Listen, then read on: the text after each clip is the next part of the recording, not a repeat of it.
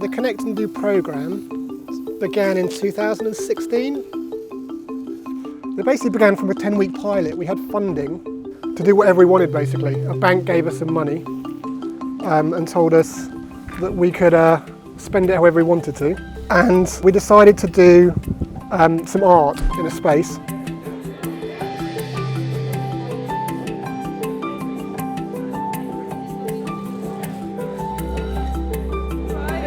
After the 10 weeks, there was this sense of this is something that people really want, and we've really got something here. I had no idea what was going to come of it.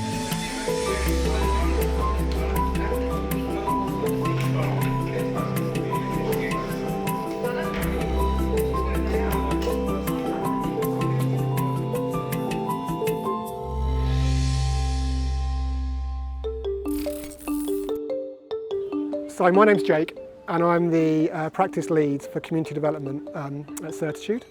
And I oversee the Connect and Do programme along with Jeff and a few others. We're there at the birth of it, the kind of beginning of this as a programme. So we basically just spent this money on just materials. We had a therapist that came and did a bit of work with individuals, but it really was an opportunity to just observe a space over 10 weeks and let people engage with the space, engage with the art, engage with each other. People can come in and have a cup of tea if they wanted to. People could come and leave as they wanted. There was no referral process. It was just an absolute free-for-all to kind of see how it landed, how people used it, what they wanted to do. One of the people who came in that 10 weeks was Jeff. I'm Jeff. I'm the original peer facilitator for the Connect and Do programme. I was watching it grow. I was watching people come in and getting benefit from it and feeling benefit myself. Just went, this needs to carry on. So I volunteered to carry on running the sessions. So what this map shows is we recognise there are these kind of traditional social care spaces such as day centres, closed clubs, NHS groups, the kind of things that people get referred to if they have a diagnosis. So if they have a learning disability, if they have a mental health support need or something like that, they will traditionally be referred to spaces like this and grouped together because of a diagnosis, a medical diagnosis they've been given. And some people spend their entire adult lives in these or in college courses just kind of being rotated into those. And then over here, we recognise that there was kind of traditional community spaces like libraries, cafes, leisure centres and things like this. And that people that were in these kind of locked spaces that were only for people with that particular diagnosis found it very difficult to access some of these type of spaces for lots of reasons. Some of them might be economical, some of them might be that they just didn't feel like these spaces spoke for them. And then likewise, the people that populate these type of traditional community spaces will never see the kind of people that live in these kind of spaces, which creates these incredible kind of stigmas of like, why are these spaces locked only for these type of people? So we only exist in spaces that are accessible to everyone, and also that we were free.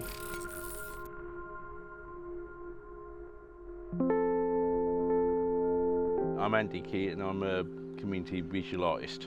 I was getting support from Certitude, but Jake found out I was an artist. So we got talking and he said, oh, there's a little arts conference that I'm quite interested in going down in Brighton. How do you fancy about going down there? I said, I don't have to go down there because I'm running the thing. I've learned so much from Andy over the years. The level of integrity he has around the art and the arts, and he goes to exhibitions everywhere. I'm Jade, I'm the Community Development Coordinator / peer facilitator mentor, and my role is, I guess, planning and coordinating all the sessions under the programme and promoting it and getting people to come to the sessions, and mentoring and working with peer facilitators such as Jess. I help facilitate the art session. We did a lot during Zoom, running worksheets and stuff like that. My name is Ruby Golmondon and I'm a peer facilitator at Connect and Do Certitude. Hi, my name's Lorna and I'm a facilitator teaching sewing. My name is Coyote Ajay.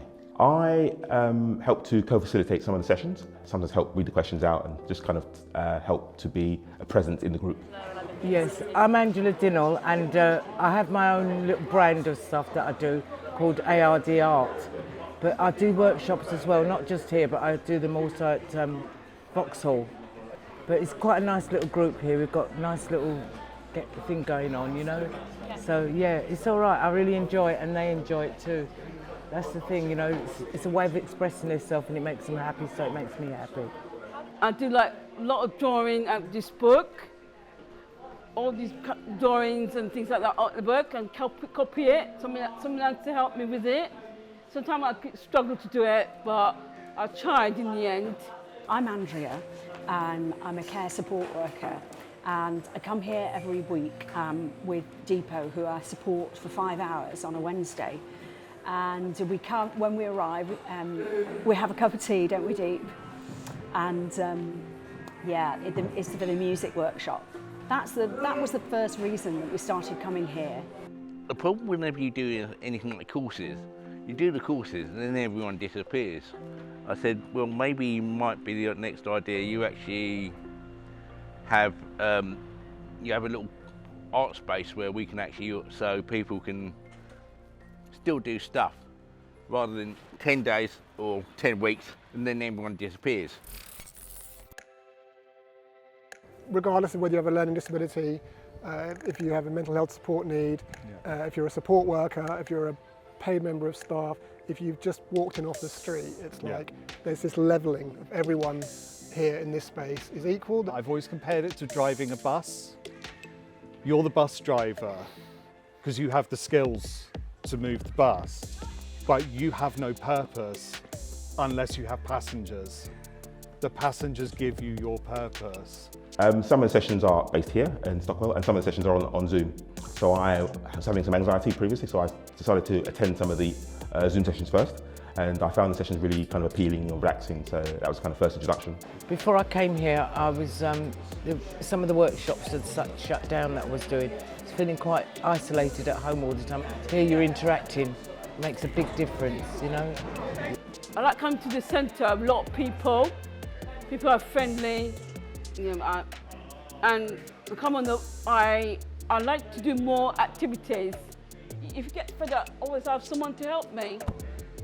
Yeah, really do, honestly. Right from the beginning, I could see that Depot loved it. Fantastic thing about it being here is that we've got everything. Depot can come and do some colouring beforehand. He's got friends here, he's made friends. Says hello to everyone, feels totally comfortable. So my confidence has picked up a lot, and I love helping people at the front desk and even in Stockwell. So it's just helped me a lot in helping other people. That gives me great satisfaction and joy.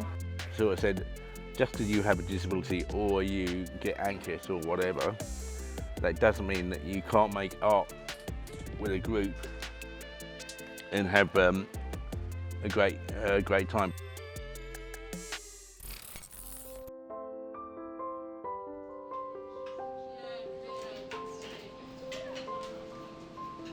In Connect and Do, I've gained quite a good lot of experiences. People going to Bristol, for example, or going to the South Bank. The Connect and Do programme itself, I mean, doing the activities there, like the connected words, the sewing, the arts and crafts, the meetings that we go to actually develop Connect and Do. As a peer facilitator, I enjoy those meetings as well. I just enjoy being in the whole gang, to be honest, seeing them flourish. Connect and Do programme was another step to kind of get back onto the path of wellbeing and work potentially. So part of that process is just kind of like people recognising that you've had a past, but you've also got a future, and that you're not kind of fixed to your past. So that's kind of the process. So Connected Dots is kind of recognising that everybody has potential, no matter who they are, where they they come from, or what their kind of issues may be. It basically lets people to have a really safe space to come and be together. It sounds very simple, it sounds very easy to create that space, but being a nurse and having worked in companies and stuff like that, creating a nice workable space for people isn't always easy, and sometimes people obviously bring tension and conflicts, and it's basically creating a space in which people know no matter who turns up, there'll always be someone there to support you. We can't say, well, I can't do it. You have to do it in train to do these things. That kind of thing where you're planning the future for a participant, that's very grounding. and to feel that they can influence what they choose to do as well is very important, and I think it builds people's confidence. And I was kind of come away from Certitude sessions feeling kind of energised and kind of ready to face the day. It's just, there isn't a lot of stuff like that. Like, it's very different to a lot of traditional social care kind of activity spaces or programmes. People with disabilities are always being told they can't change things, but I think it's given me the confidence. I'm honoured to be able to do these classes, I really am. It's a privilege, to be honest, and I really enjoy it, I really do. They enjoy it and I enjoy it, and we get along well together. What makes people come back to sessions is basically the optimism, the brightness, the future. I think the programme means an opportunity to just keep using creativity, using poetry, using art. What I would like ultimately is for Connect and Do to actually spin off into a proper arts organisation. I'm excited to do new and different things with them, definitely. I hope that it'd be able to expand so there's sessions all throughout London. We have the ability to provide a solid foundation to anyone who wanted to set up a programme like this without having to say this is what it needs to look like.